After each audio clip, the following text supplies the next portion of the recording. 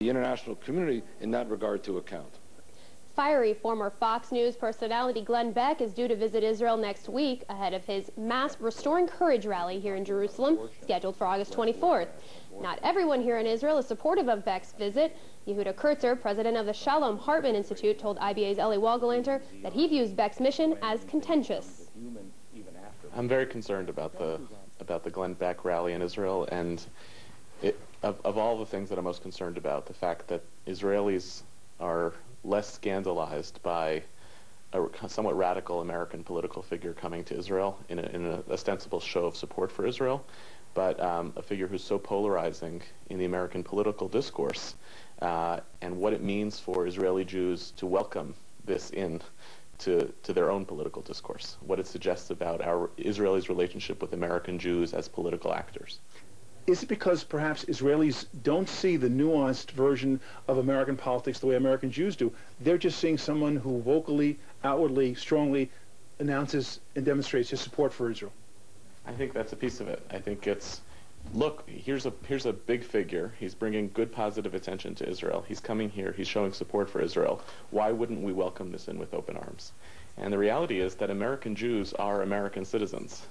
They participate in an active political culture. They are both Democrats and Republicans.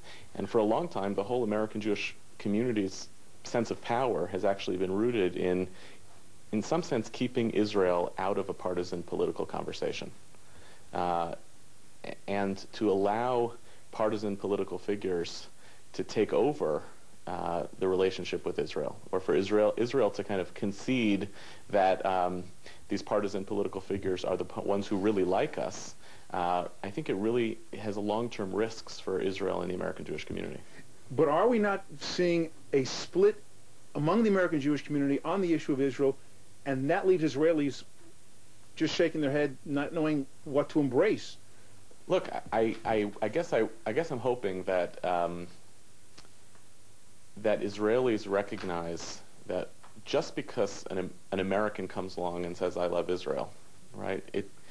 There's an instinct for Israelis to say, "This is a net win for us. We got another one of them to like us." And I actually think there's something pathetic about it. Of like, just because they like us, we're so excited. Somebody likes us. Somebody likes us. Even if you read in the context of Beck's own rhetoric, it's the same concern that I think American Jews should have about evangelical support for Israel, which on one hand is admirable and great, and it's bringing tourism money and it brings political support, and on the other hand, it's actually rooted in a lot of really problematic theological positions.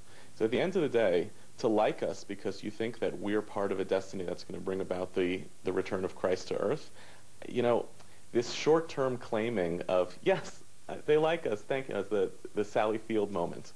They love us, they like us, thank you.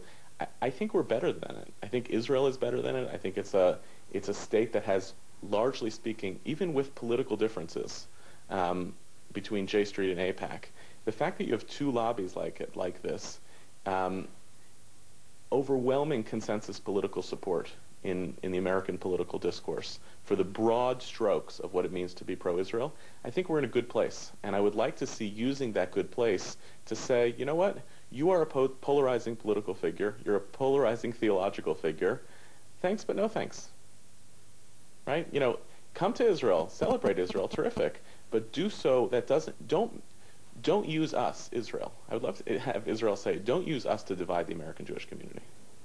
Turning to the ongoing crisis in the health sector, doctors have agreed to temporarily